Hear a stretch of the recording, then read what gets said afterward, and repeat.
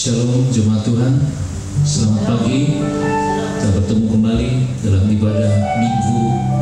Kita percaya bahwa ini terjadi karena kemurahan Tuhan. Hati kami penuh ucapan syukur kepada Tuhan. Kerajaan-Mu datanglah, kehendak-Mu jadilah. Haleluya Yesus. Sembah Engkau.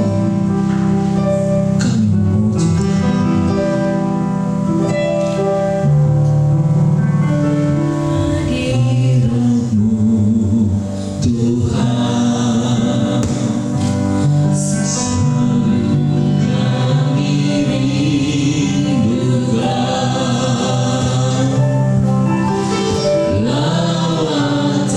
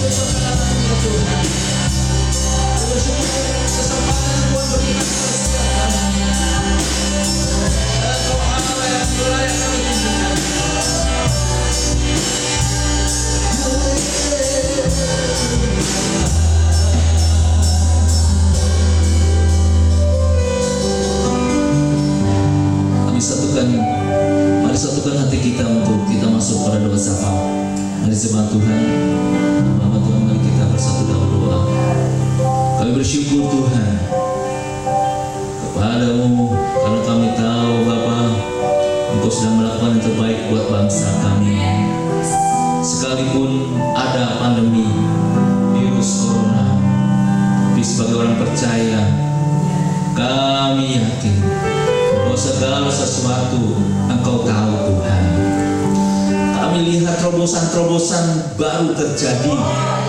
Ada rumah-rumah doa, ada rumah tangga yang dipulihkan. Ada begitu banyak orang-orang yang selama ini jauh kepadamu, datang kepadamu hari-hari ini Tuhan. Ada begitu banyak orang yang berjumpa secara pribadi dengan Tuhan hari-hari ini. Orang-orang yang berkuasa, orang-orang yang memiliki otoritas, orang-orang yang luar biasa itu datang kepada Tuhan. Warga-warga dipulihkan terjadi pada hari-hari ini. Terima kasih Bapak. Terima kasih ada begitu banyak pemulihan terjadi atas bangsa kami. Kami tahu Engkau mengasihi bangsa kami Tuhan. Kami sepakat pada pagi ini kami berdoa buat pemimpin bangsa kami, Presiden Jokowi dan Pak Maruf Amin beserta jajarannya, para gubernur, para bupati, wali kota, camat, sampai lurah. Biar mereka berkoordinasi dengan koordinasi yang baik dengan hikmat Tuhan. Indonesia boleh mengalami pemulihan yang luar biasa dan pandemi corona ini boleh berakhir. Dan kami perkatakan di dalam nama Yesus, ada begitu banyak kesembuhan terjadi hari-hari ini. Mereka yang terpapar COVID-19, mereka mengalami kesembuhan hari-hari ini di dalam nama Yesus Kristus. Beri kesadaran Tuhan sehingga masyarakat kami, bangsa ini boleh mematuhi anjuran dari pemerintah, sehingga sesuai dengan waktunya Tuhan pandemi ini boleh berakhir. Memberkati gereja-gereja Tuhan, hamba-hamba Tuhan, anak-anak Tuhan hari-hari ini, sekalipun beribadah di rumah, tapi kami percaya dan sesuai dengan kehendak Tuhan, hal-hal yang luar biasa justru terjadi pada hari-hari ini. Ada terobosan-terobosan baru, ada pelipat gandaan berkat, ada pertobatan yang luar biasa hari-hari ini terjadi. Dan sini waktunya Tuhan, bagaimana Tuhan bekerja melalui hamba-hamba Tuhan, melalui anak-anak Tuhan untuk memberkati bangsa ini. Terima kasih Tuhan Yesus. Terima kasih. Kami juga berdoa untuk gerejamu di tempat ini Bapak. Berkat-Mu atas GPI Gading Serpong, dari mulai pemimpin kami, Bu Gembala kami, Bu Yeni, para pemimpin di tempat ini, seluruh umat-Mu di tempat ini, ya kami tetap bergandengan tangan memajukan pekerjaan Tuhan yang ada. Kami tahu bukan hambatan sekalipun kami tidak berjumpa secara fisik pada hari-hari ini, tapi kami semakin kuat dan semakin bersatu di dalam roh, di dalam Engkau ya Tuhan. Dan kami percaya pada waktunya Tuhan kami akan berkumpul kembali. Tuhan beserta kami, dan bersama Allah kami mampu mengerjakan perkara-perkara besar jauh dari apa yang kami pikirkan selama ini. Hal-hal yang terbaik semua yang kami kembalikan hanya untuk hormat kemuliaan nama Tuhan. Yang lemah dikuatkan, yang miskin diberkaya, yang letih lesu berbeban berat mendapat kelegaan, bahkan yang sakit hari ini dilawat Tuhan, disama Tuhan, disembuhkan Tuhan. Menjadi doa kami dalam nama Yesus. Kami sudah berdoa dan berucap syukur. Haleluya. Amin. Jemaat Tuhan siap memuji Tuhan. Haleluya. Saudara untuk bangkit berdiri. Kami percaya Tuhan, Engkau adalah kekuatan bagi kami. Engkau adalah mazmur kami.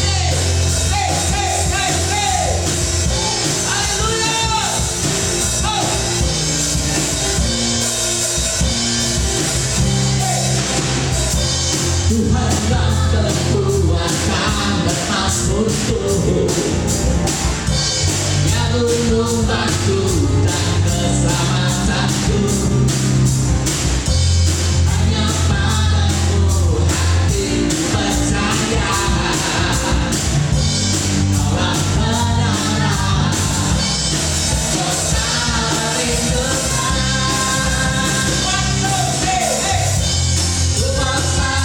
Bersyukur, makin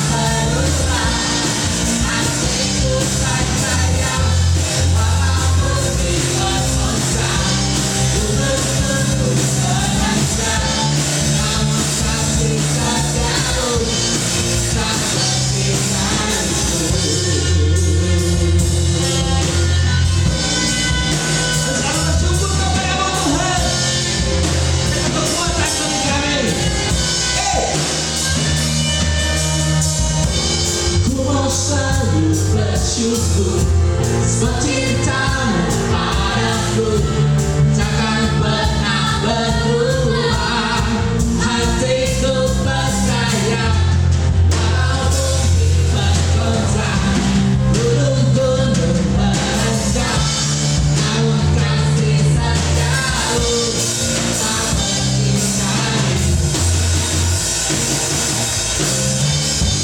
Ku mau selalu bersyukur sebab cintamu padaku takkan pernah berubah. Hatiku percaya walaupun bergoncang, gunung-gunung menerjang, namun kasih setiamu tak pergi dariku. Kasih setiamu tak pergi dariku. Kasih setiamu tak pergi dariku. Amin. Silakan duduk jemaat Tuhan. Kita akan memberi persembahan, beri yang terbaik untuk Tuhan. Bisa memberi dengan nomor transfer yang sudah ada di sepuluh kita. Jangan lupa bersama Tuhan. Jangan lelah, berkesanlah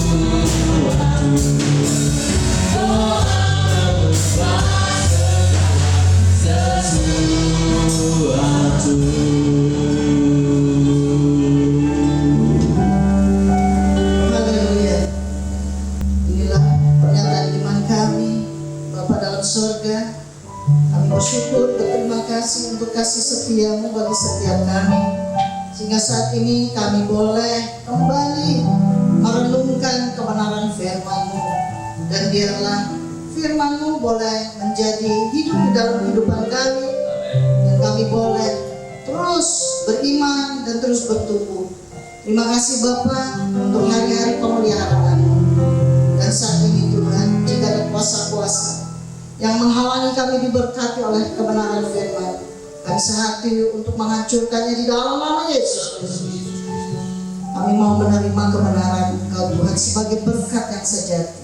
Hanya di dalam nama Yesus Kristus kami sudah berdoa dan bersyukur. Haleluya. Amin. Shalom Bapak Ibu Saudara yang dikasihi Tuhan, dimanapun saudara berada. Tetap kita semangat, bersuka cita.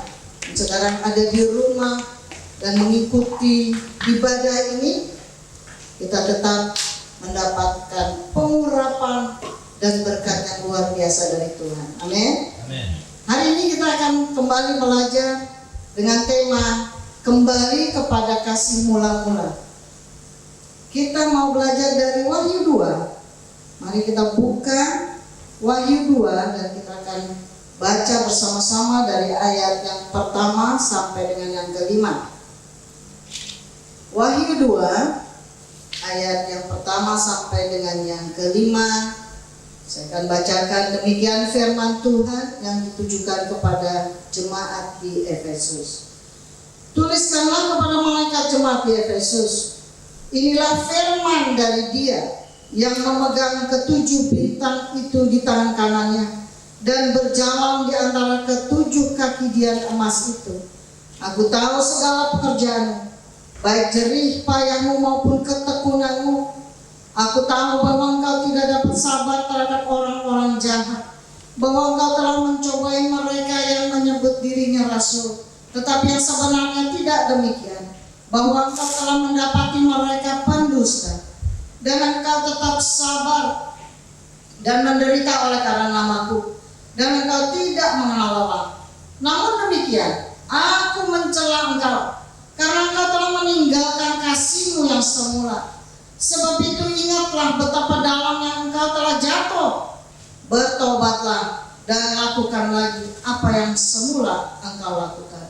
Jika tidak demikian, engkau akan datang kepadamu dan aku akan mengambil kaki dianmu dari tempatnya, jikalau engkau tidak bertobat. Amin. Saudara yang dikasihi Tuhan, ini adalah peringatan yang disampaikan kepada jemaat di Efesus pada saat itu.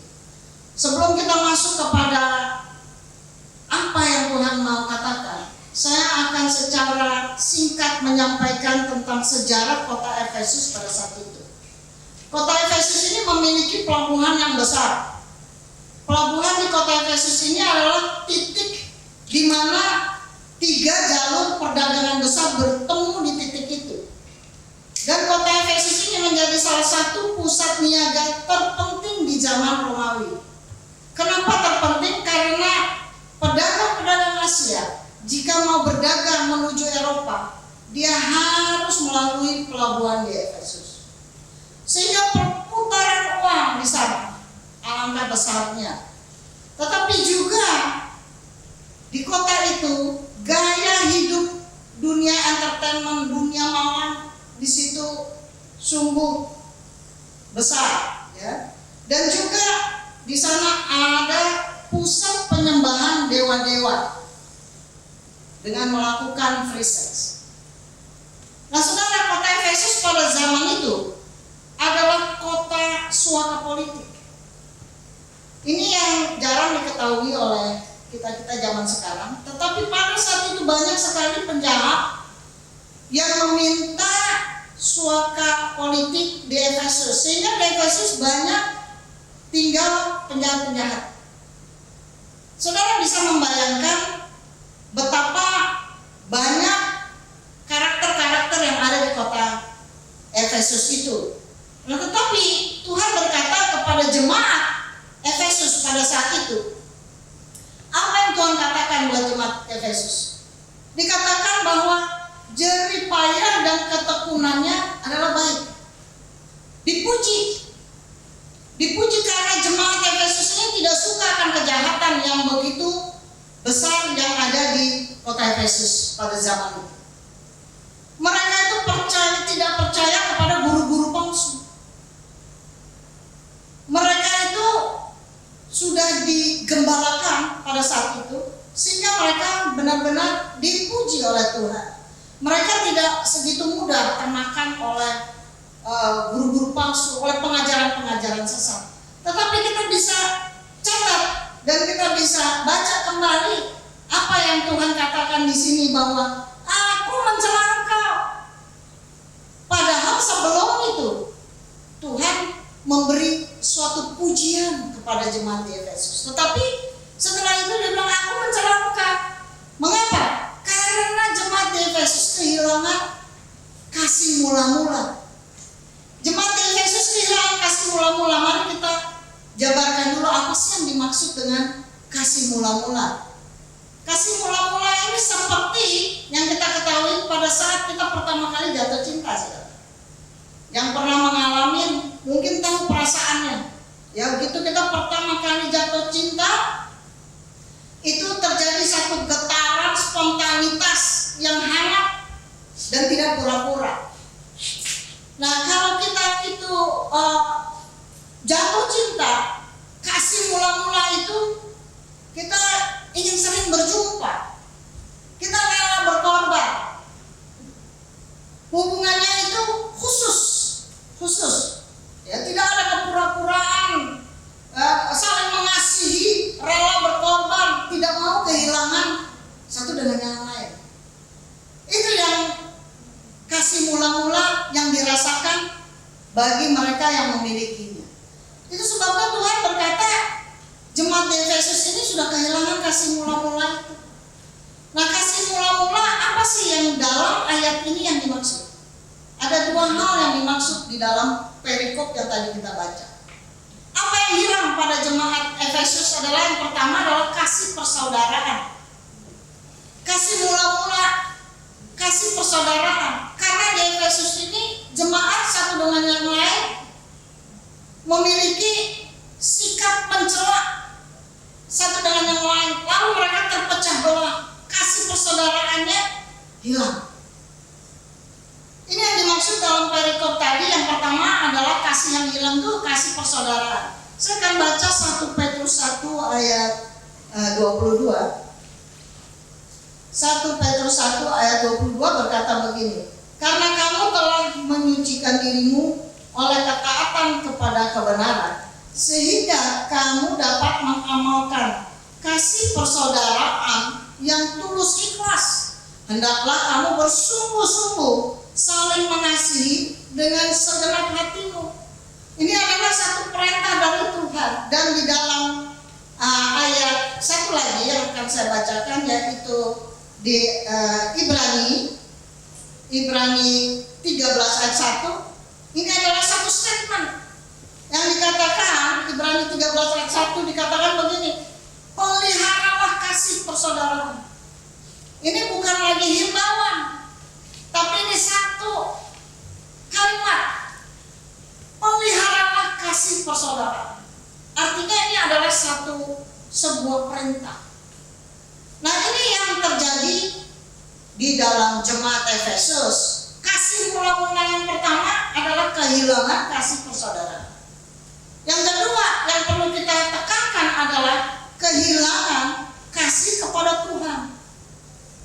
Ini adalah kasih mula-mula yang kedua yang mereka itu kehilangan. Kayak semacam apa sih yang dimaksud? Padahal di sini Tuhan memuji jemaat di Efesus bahwa mereka itu jadi lelahnya sungguh luar biasa. Mereka tidak mudah diombang-ambingkan dengan pengajaran yang sesat.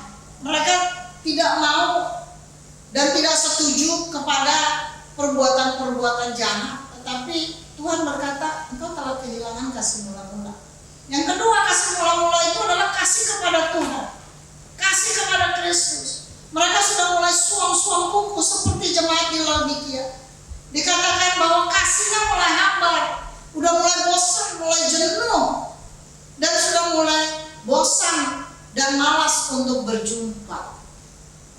Tadi kita udah jabarkan kasih mula-mula tuh maksudnya seperti apa? Seperti yang baru jatuh cinta.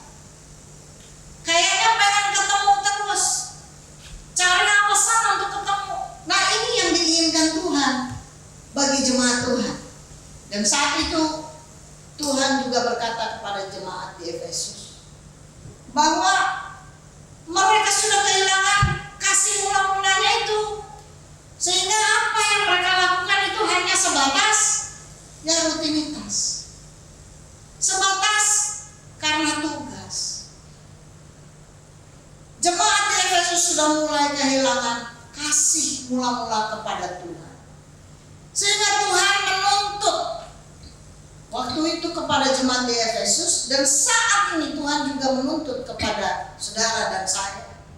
Apa sih yang dituntut oleh Tuhan?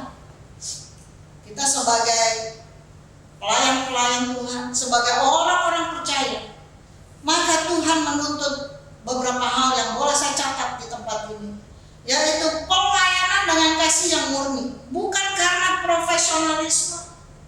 Zaman now ini pelayan-pelayan itu menganggap dirinya profesional. Wah, saya kan sudah sarjana teologi, bahkan sudah master, bahkan sudah doktor. Saya seorang profesional dalam ahli teologi. Tetapi itu bukan yang Tuhan mau. Bukan profesionalisme kita yang Tuhan mau, tetapi Tuhan mau kasih yang murni kepada Tuhan. Itu sebabnya Tuhan Yesus waktu memilih murid-muridnya di abad pertama waktu Tuhan Yesus melayani, Tuhan Yesus tidak memilih orang yang pintar. Dia tidak memilih ahli-ahli Taurat yang hafal firman.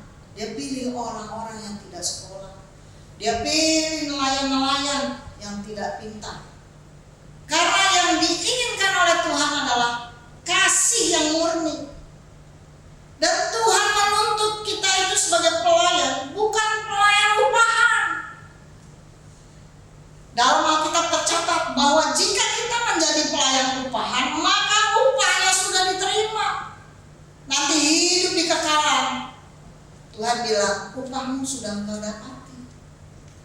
Tuhan mau kita benar-benar melayani Tuhan karena kita memiliki kasih kepada Tuhan itu yang melekat, yang kangen. Saudara, kita sudah beribadah online ini sudah 2 bulan ya, lebih kali 2 bulan ya, saudara ya. Kayaknya kangen kita ya berjumpa satu dengan yang lain. Ya, kita rindu dengan chatting-chatting kita kalau kita berjumpa di dalam ibadah kita hari Minggu. Tetapi ya kadang membuat kita seperti begini. Tapi Tuhan mau kita jangan kehilangan kasih mula-mula kita buat Tuhan. Tuhan menuntut kita melayani bukan karena rutinitas, tapi karena kita mengasihi Tuhan. Dan Tuhan mau kita melayani bukan sekedar tugas, tetapi kita melayani dengan hati. Dengan hati yang benar-benar hangat, tidak dingin, tidak sekedarnya saya dijadwal. Kalau nggak dijadwal, ya sudah, puji Tuhan gitu ya kan. Tetapi saya yakin jemaat GBI Gading Serpong tidak ada yang begini. Semua hati yang hangat, ya, bahkan menggebu-gebu kapan saya dijadwal.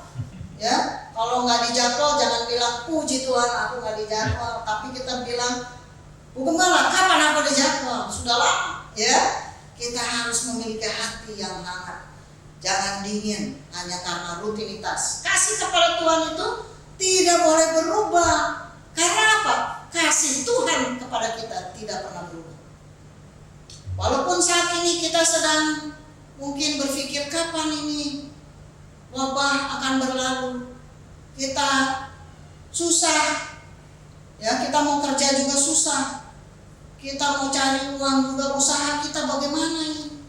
Tetapi Tuhan izinkan segala bidang kegiatan usaha, pekerjaan, pelayanan, Tuhan izinkan ini terjadi supaya kita boleh merenungkan kasih Tuhan buat setiap orang percaya tidak pernah berubah.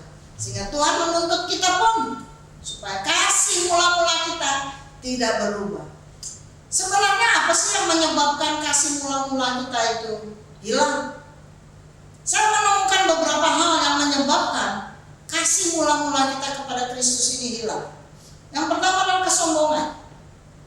Kita mulai sombong. Kita mulai fasih di dalam pelayanan kita. Tidak perlu lagi kita belajar. Ini yang membuat kita akan menjadi orang yang kehilangan kasih mula-mula kita kepada Kristus. Lalu berikutnya saya temukan bahwa penyebab kehilangan kasih mula-mula itu kita berada dalam posisi nyaman. Kita udah terlalu nyaman. Wah, gereja kita besar mungkin, ya, full AC, semua fasilitas canggih-canggih. Oh, udahlah, nggak ada yang ngalahin. Nggak ada gereja yang mengalahi kebesaran gedung gereja kita. Dan gereja di seluruh Indonesia belum ada yang memiliki kecanggihan fasilitas gereja kami. Mungkin ada yang bicara begitu. Sudah pada posisi nyaman. Dan kita boleh memperhatikan apa yang Tuhan buat. Dalam posisi kita sudah mulai kehilangan kasih mula-mula oleh sebab kesombongan dan posisi yang nyaman ini. Dan saya temukan juga penyebab dari kehilangan kasih mula-mula ini, kita merasa pintar di dalam pelayanan. Kita nggak perlu lagi ada orang kasih masukan. Kalau ada yang kasih masukan, kita menjadi marah. Kita menjadi tersinggung karena kita merasa sudah paling pintar. Kemudian saya temukan juga penyebab kehilangan kasih mula-mula ini melakukan sesuatu hanya untuk reputasi saja, untuk status kedudukan, supaya orang luar sana melihat status saya sebagai apa di dalam gereja, posisi saya dalam gereja. Saya posisi ring 1, gitu ya. Hanya melakukan karena reputasi. Saya temukan lagi penyebab kehilangan kasih mula-mula adalah motivasi melayani kita udah bukan lagi buat Tuhan. Kita kehilangan motivasi yang awal. Kita kehilangan motivasi yang sesungguhnya. Waktu kita melayani Tuhan, awal kita lahir baru. Apa sih motivasi kita melayani? Jangan-jangan kita sudah lupa. Coba kita introspeksi hati kita masing-masing. Apa sih motivasi kita pertama kali kita melayani Tuhan? Apakah karena waktu itu kebetulan nggak ada pekerjaan? Mungkin pada saat itu kebetulan di PHK, ya daripada nganggur, udah tiap hari aja duduk di gereja. Siapa tahu dapat pekerjaan. Coba kita introspeksi dulu motivasi awal kita melayani Tuhan. Jangan-jangan itu bukan karena kasih kita kepada Tuhan. Berikutnya saya temukan penyebab kehilangan kasih mula-mula saudara, yaitu sudah jenuh. Karena rutinitas, ya gitu lagi. Ya, sudah dingin hati kita. Sudah nggak kepengen ketemu, ya malas lah begitu-begitu aja kok. Jadi kita justru mencari alasan untuk tidak melayani Tuhan. Atau kemungkinan penyebabnya adalah kekecewaan, kepahitan, duka batin. Kita kecewa akan sesuatu sehingga kita malas. Enggak lah, kepahitan. Saudara, hal-hal yang saya temukan penyebab kehilangan kasih mula-mula ini harus kita benahi. Harus kita bereskan. Jangan sampai nanti Tuhan Yesus datang kita nggak ikut terangkat, saudara, karena kita tidak berkenan di hadapan Tuhan. Jangan sampai oleh karena penyebab-penyebab ini Tuhan bilang engkau tidak mengasihi aku, sehingga kita tidak bisa berada bersama dengan Tuhan. Suami istri hanya bisa hidup satu rumah, satu kamar, satu tempat tidur kalau mereka saling mengasihi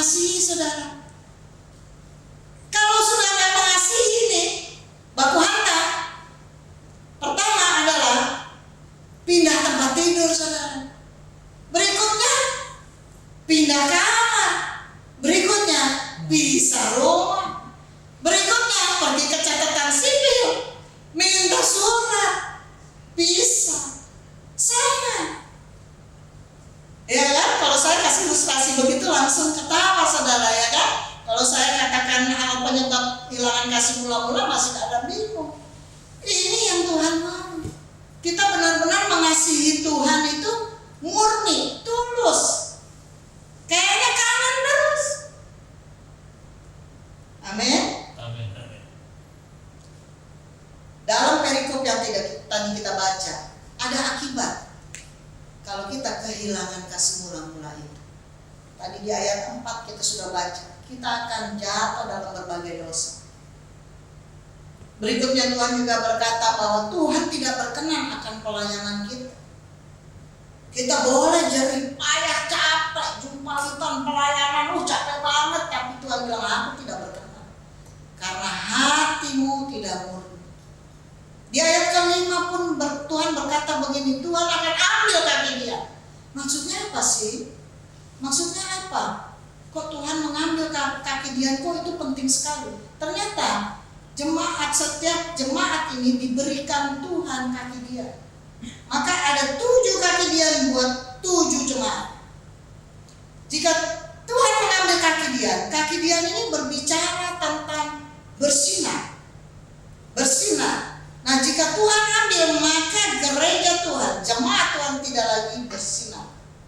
Perbuatan baiknya, ketekunannya, jerih lelah, jerih payahnya sudah tidak nampak, saudara. Ini akibat kita kehilangan kasih mula-mula. Apa yang kita lakukan sudah tidak lagi jadi berkat, sudah tidak lagi bersinar di luar sana. Maka orang luar sana berkata, aku nggak mau ikut orang Kristen karena tabiatnya kok kayak begitu ya. Kita sudah tidak lagi bersinar. Kaki dia berbicara tentang bersinar. Maka kalau Tuhan bilang aku akan ambil kaki dia, wah, ini menjadi masalah besar. Akibat daripada kehilangan kasih mula-mula. Sekarang kita mau belajar bagaimana cara kita kembali. Tema kita hari ini adalah kembali kepada kasih mula-mula, kepada Kristus. Maka yang pertama adalah mari Tuhan berkata di dalam perikop yang tadi kita baca, bertobat. Bertobat. Maka yang pertama bertobat dan kerjakan seperti yang pernah dilakukan dengan kasih yang murni. Ayat yang keempat berkata, namun demikian aku mencela engkau karena engkau telah meninggalkan kasihmu yang semula. Tuhan berkata, kembali. Kau bertobat. Kembali. Engkau lakukan dengan kasih yang murni. Amin, saudara. Hal kedua, bagaimana cara kita kembali kepada kasih kita yang mula-mula? Maka hal kedua adalah kenakan senjata Allah. Efesus 6 ayat 11 berkata begini, kenakanlah seluruh perlengkapan senjata Allah supaya kamu dapat bertahan melawan tipu muslihat iblis. Iblis itu pasti memberikan kita hal-hal yang menipu pola pikir kita. Iblis akan memberikan hal-hal yang menipu hati kita sehingga kita akan menjauh. Kita akan tidak lagi memiliki hati yang murni buat Tuhan. Maka hal kedua, bagaimana kita kembali kepada kasih mula-mula? Kita harus kenakan senjata Allah. Kenakan firman Tuhan. Kita baca tiap hari firman Tuhan. Kita baca perenungan-perenungan, kalau bisa jangan hanya satu. Kita baca renungan-renungan yang bagus. Kita taruh dalam hati kita, kita renungkan. Yang jelek jangan kita ambil. Yang bagus kita taruh dalam hati kita. Supaya kita bisa bertahan. Supaya kita bisa kuat. Kita tetap beriman. Maka kita harus tetap kenakan senjata Allah. Nah, berikutnya bagaimana cara kita bisa kembali kepada kasih mula-mula itu? Jangan mendukakan Roh Kudus dan minta kepenuhan Roh Kudus hadir di dalam hidup kita. Efesus 4 ayat 30 berkata, dan janganlah kamu mendukakan Roh Kudus Allah yang telah memeteraikan kamu menjelang hari penyelamatan. Roh Kudus yang memeteraikan setiap orang percaya. Jika kita mendukakan Roh Kudus, maka Roh Kudus akan berlalu, akan pergi dari kehidupan kita tidak akan bisa bertahan.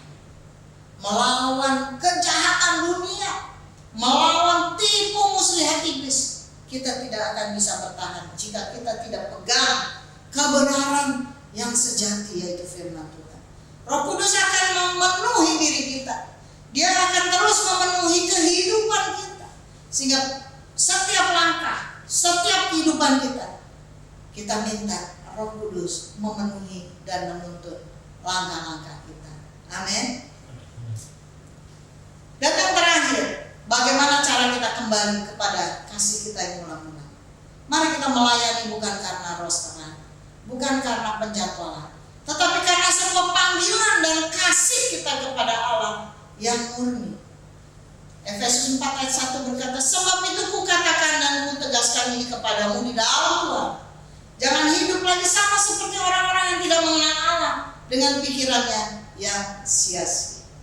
Mari kita kembali kepada kasih kita yang mula-mula. Kita kembali apa waktu pertama kali kita menggebu-gebu buat Tuhan. Pertama kali kita menggebu-gebu dalam pelayanan. Pertama kali kita yuk sama-sama kita lakukan banyak kegiatan pelayanan. Mari kita kembali kepada kasih itu yang murni, yang menyenangkan hati Tuhan. Amin. Saudara, kita naikkan sebuah pujian, kalau hidup baru. Kita arahkan hati kita kepada Tuhan.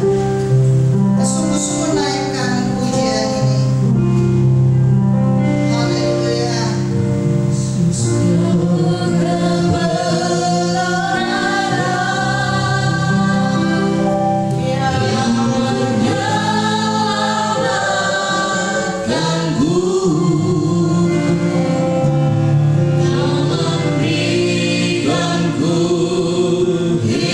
Hidup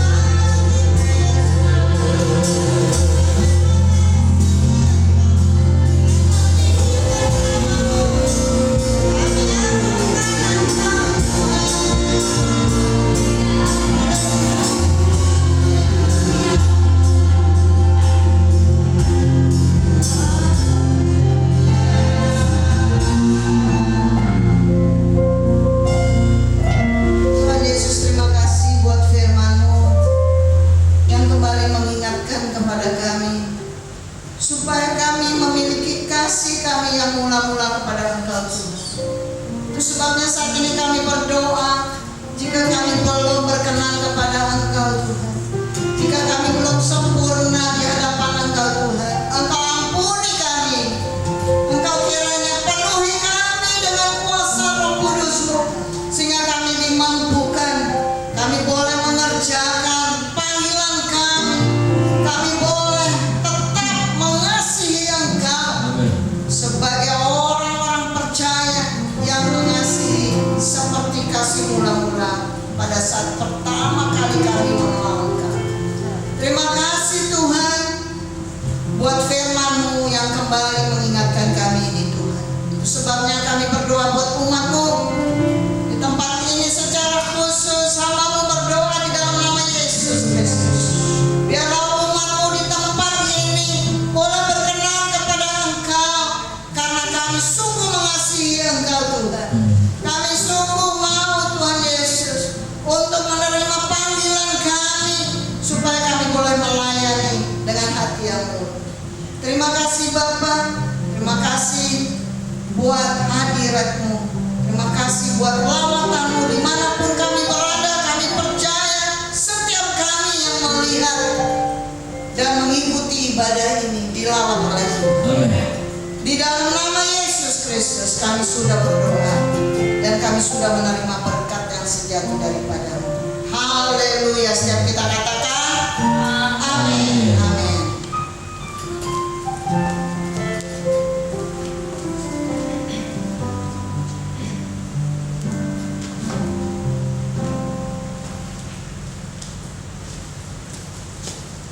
Puji Tuhan, kita sudah ditegur oleh kebenaran firman Tuhan untuk kembali kepada kasih yang mula-mula.